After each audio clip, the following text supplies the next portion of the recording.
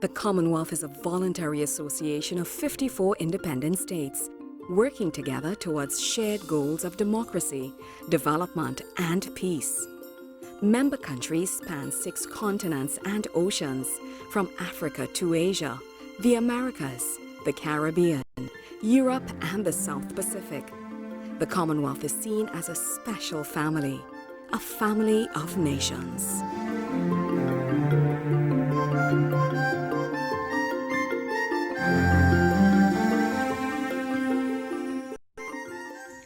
In the Eastern Caribbean, the Commonwealth of Dominica is located between the French islands of Guadeloupe and Martinique. A member of the Commonwealth since 1978, Dominica is the youngest island of the Lesser Antilles. It is distinguished by its lush rainforests, rare flora and fauna, and the world's second largest boiling lake. On Sunday, November 3rd, 1493, Christopher Columbus sighted the island of Waitikubuli and rechristened it Das Dominica, meaning the Day of Our Lord. The island was occupied by the indigenous Kalinago people and had been populated by indigenous Amerindians for over 2,000 years. The first European settlers were the French from 1635. The British followed in 1761, when they captured the island, and in 1763 formally occupied it by the terms of the Treaty of Paris. Very early they established a House of Assembly based on the British Westminster system, and in 1765 constructed a building which has for the most part been the site of the Parliament of Dominica up to the present. With a population of about 70,000, the Nature Island, as it is popularly called, is one of the Caribbean's few republics. We had what was the format for most of the British Caribbean in the 18th and early 19th century, which was a House of Representatives voted for by the people. Of course, in those days, you had to be a white male up until 1832 in Dominica to be able to qualify. Not only did you have to be a white male, but you had to be a Protestant. The Roman Catholics were only emancipated in 1829, and immediately afterwards, about 2 or 3 Roman Catholics were elected to the House. Now, this is ironic because the majority of Dominicans were and still are Roman Catholics. Eventually, the Parliament, because of all of the problems that were occurring in the 19th century throughout the Caribbean, the rebellion in Jamaica, for instance, and others, the British government wanted to basically turn these islands into full crown colony with totally nominated members, supervised by a council which was chosen, of course, by the governor. So everybody would be in favor of the state. And Dominica got into this position in 1896, when essentially the House of Assembly abolished itself, because the British government said, we are not going to give you any aid, we are not going to help you with your debts, unless you decide to vote yourself out of office, which they did. And therefore, for something like 29 years, Dominica had no elected government at all. It was strictly a council nominated by the Crown. After the First World War, a group of very nationalistic Dominicans started to protest and say, look, no representation, no taxation without representation, and we deserve to be able to run our own affairs. And so this eventually happened in 1924. A new constitution was given to Dominica. For the first time, women could vote, but men or women had to have qualifications to vote. They had to earn enough money, have enough wages, or own property to a certain value to be able to qualify to vote. And that continued until 1951, when all qualifications that were required to vote were abolished, and anyone over the age of 21 could qualify to vote. And then eventually in 1974, that age was reduced to 18. What also happened was gradually, and this was a British pattern in the 20th century, that you basically gave more and more self-government. You increased during the 1930s and 40s the number of elected members. In 1951, you allowed the vast majority to vote. And so what happened from 1956, you had ministries that were put in place.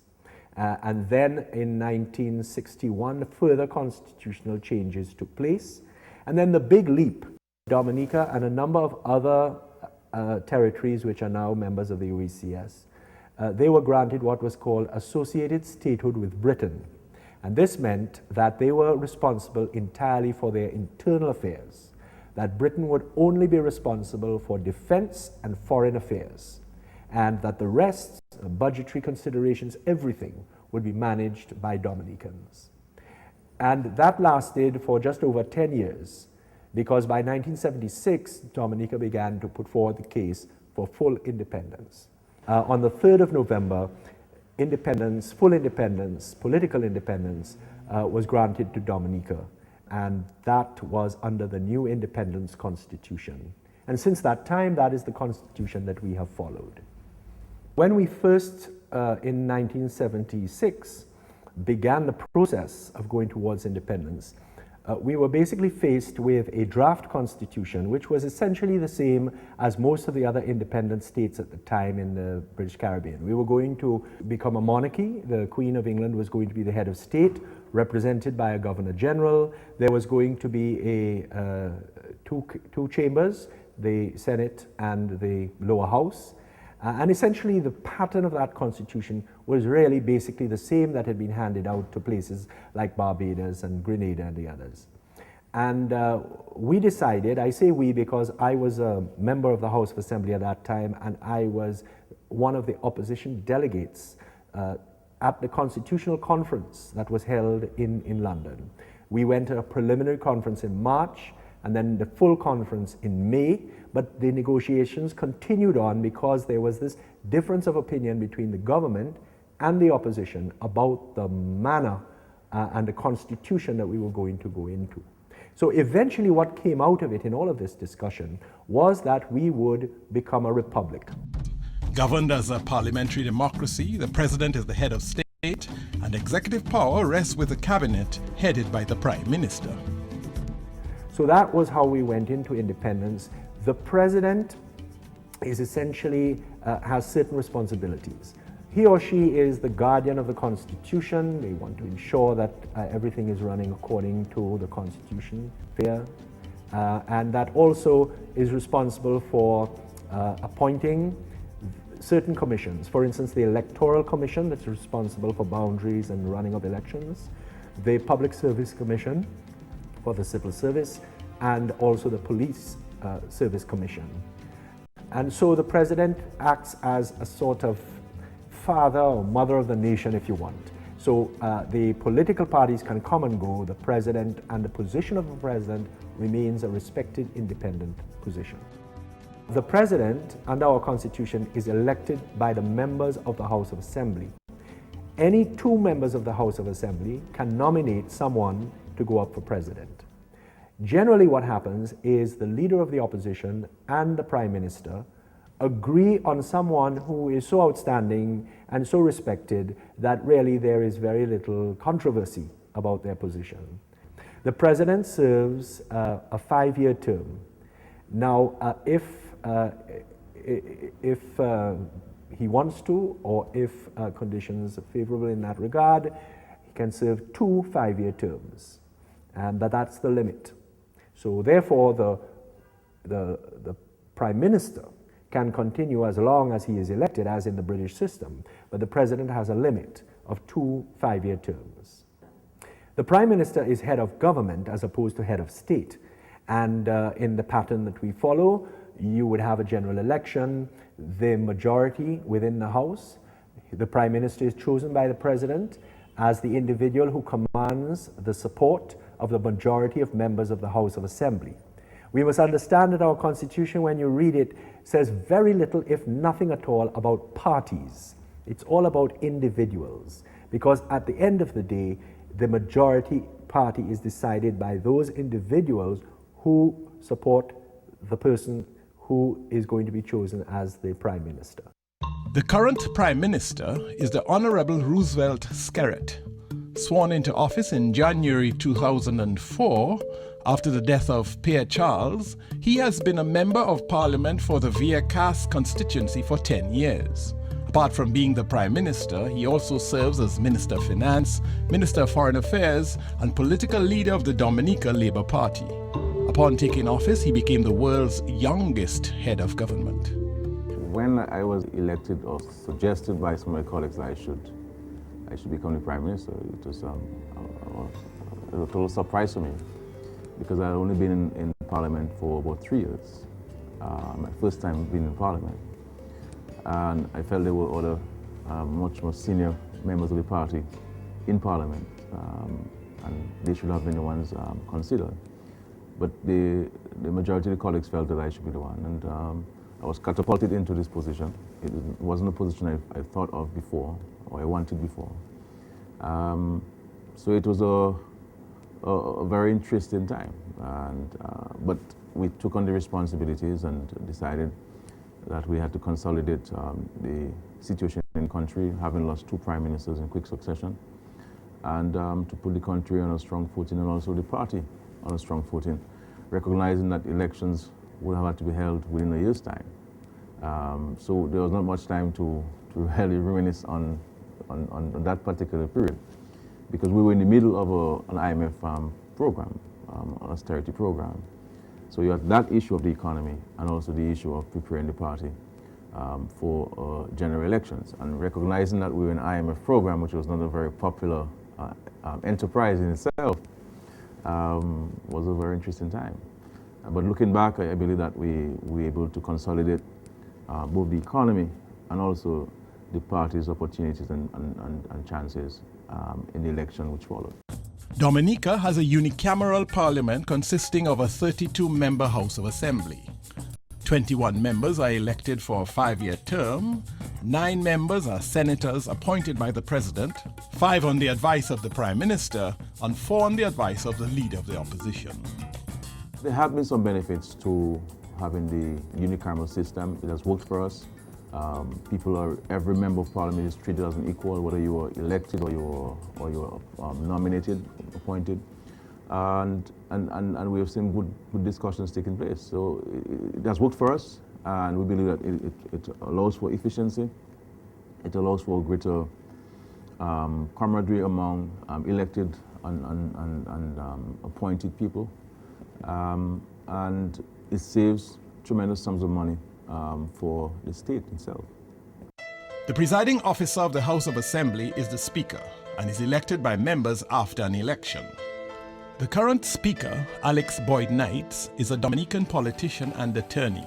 First elected in April 2000, she was elected to her 3rd term in February 2010, making her the longest serving Speaker in Dominica's history. I'm the 3rd. Mary Davis Pearl served as Speaker. She was the first woman Speaker, probably in the region. And then the 2nd was Mrs. Neva Edwards. She was the 2nd, so I'm the 3rd. The Leader of the Opposition is the Member of Parliament who leads the official opposition in the House of Assembly. The current Leader of the Opposition is Hector John of the United Workers' Party. First elected as an MP in 2009, he was sworn in as Opposition Leader in 2010 and is the youngest to hold that position.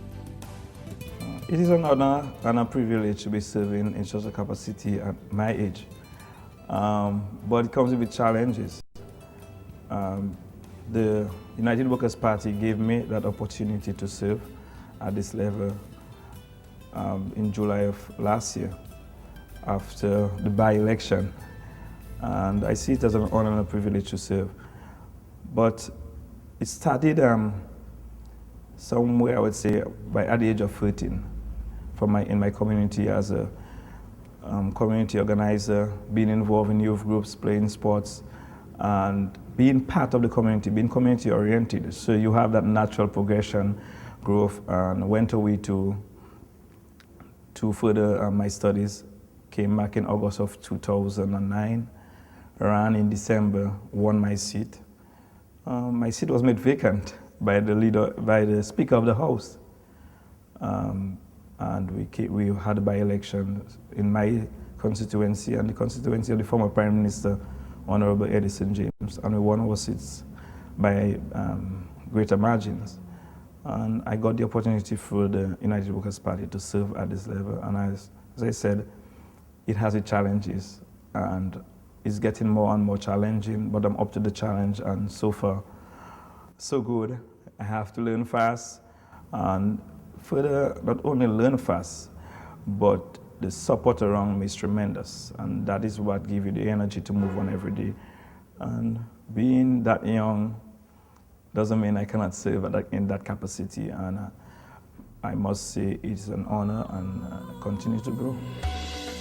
The opposition holds 3 of the 21 seats in the House of Assembly. Hector John has joined the UWP boycott of the House in protest against alleged election irregularities.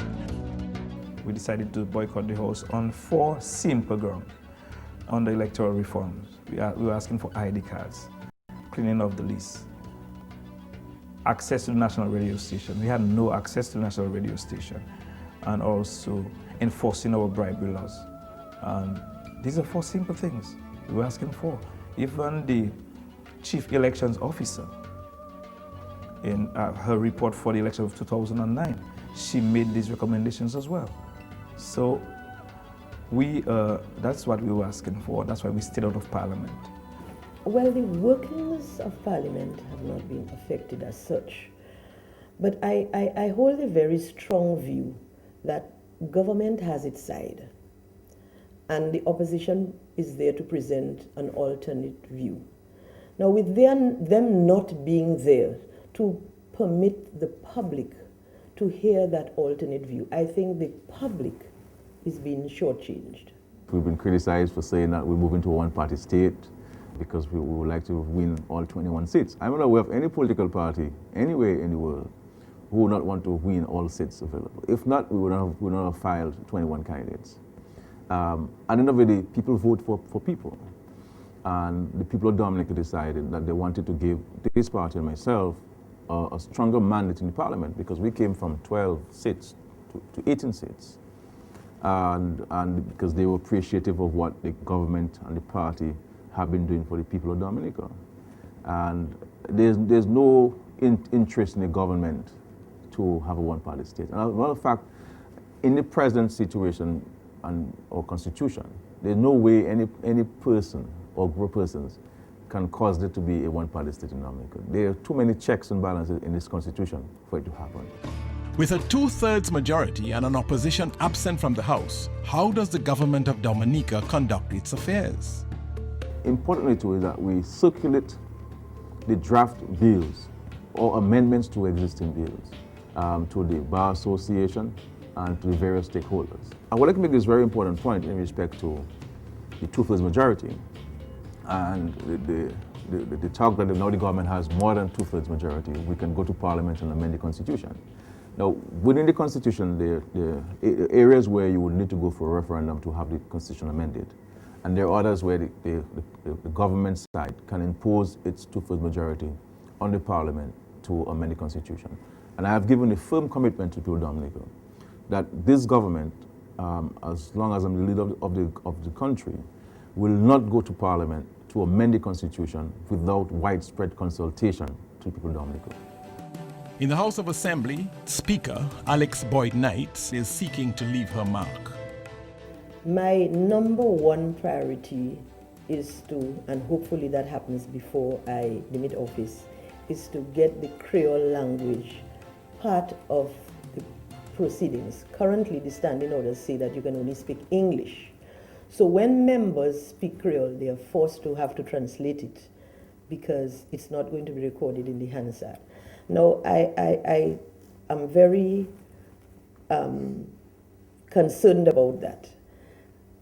I think Creole is part of our culture. It's accepted. We do lots of things. And for the highest institution in the land to say that Creole is not good enough, I really take umbrage on that point. And so that is one of my beliefs. I happen to know that in Seychelles, not only do they speak Creole, but it is recorded in Hansard, as does St. Lucia. I have been convinced from what I know about St. Lucia and even Trinidad, demeanor and the attitude of members change because they are aware it's not only the sound that's going through, but you're actually seeing what is members are doing, you know. So that is happening now.